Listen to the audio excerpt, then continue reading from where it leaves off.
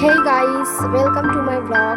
তো সেদিন আমরা বেরিয়ে গেছিলাম কালী পুজোর প্যান্ডেল হপিং করতে। আর এটা ছিল কালী পুজোর পরের দিন। যেতে যেতে আমাদের অনেকটাই বেজে গেছিলো, প্রায় 9টা হয়ে গেছে। সেখানে গিয়ে প্রথমে ঠাকুর দেখলাম, তারপর দেখলাম যে ওরা একটা প্রোগ্রাম অর্গানাইজ করেছিল, দেখলাম। তারপর সেখান থেকে বেরিয়ে আমরা টোটোতে চেপে গেলাম, আর টোটোতে খাচ্ছিলাম কুরকুরে।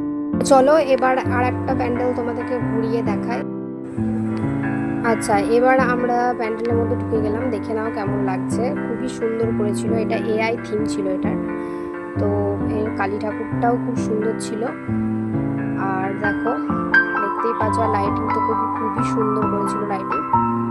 আর হ্যাঁ, আমার ড্রেসটা কেমন হয়েছে তোমরা অবশ্যই কমেন্টে জানাবে। আর তোমাদের কালী পুজো কেমন কাটলো সেটাও তোমরা কমেন্টে জানাবে। আর তোমরা তো মানে আমি ভিডিও করছি, তোমাদের তো সাবস্ক্রাইব করা মনে করছে না, তো প্রচুর সাবস্ক্রাইব করো, লাইক হলে আমারও ভিডিও বানাতে ভালো লাগবে। তারপর আমরা সেখান থেকে বেরিয়ে কিছু খাবার জন্য এখানেও একটা প্রোগ্রাম অর্গানাইজ করা হয় প্রত্যেক বছরই।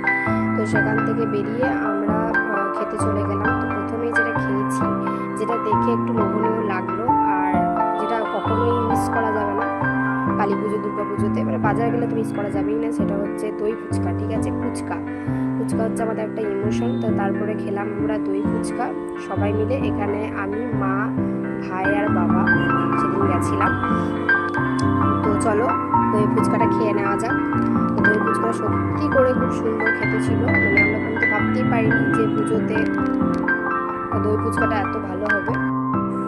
আর সেদিন আমার মনটা একটু বিরিয়ানি করছিল, তো আমি চিকেন বিরিয়ানি খুব একটা বেশি লাইক করি না, তাই জন্য আমি কিনে নিয়েছি এখানে আলু বিরিয়ানি।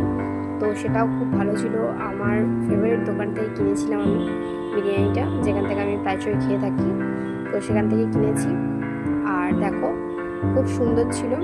সেদিনও আমার দই ফুচকাটা খাওয়া সার্থক হয়েছে, বিরিয়ানি খাওয়া আমার সার্থক হয়েছে। তো দেখো, খুব সুন্দর ছিল, ঝরঝরে চাল ছিল, আর খেতেও খুব সুন্দর। ওকে, বাই।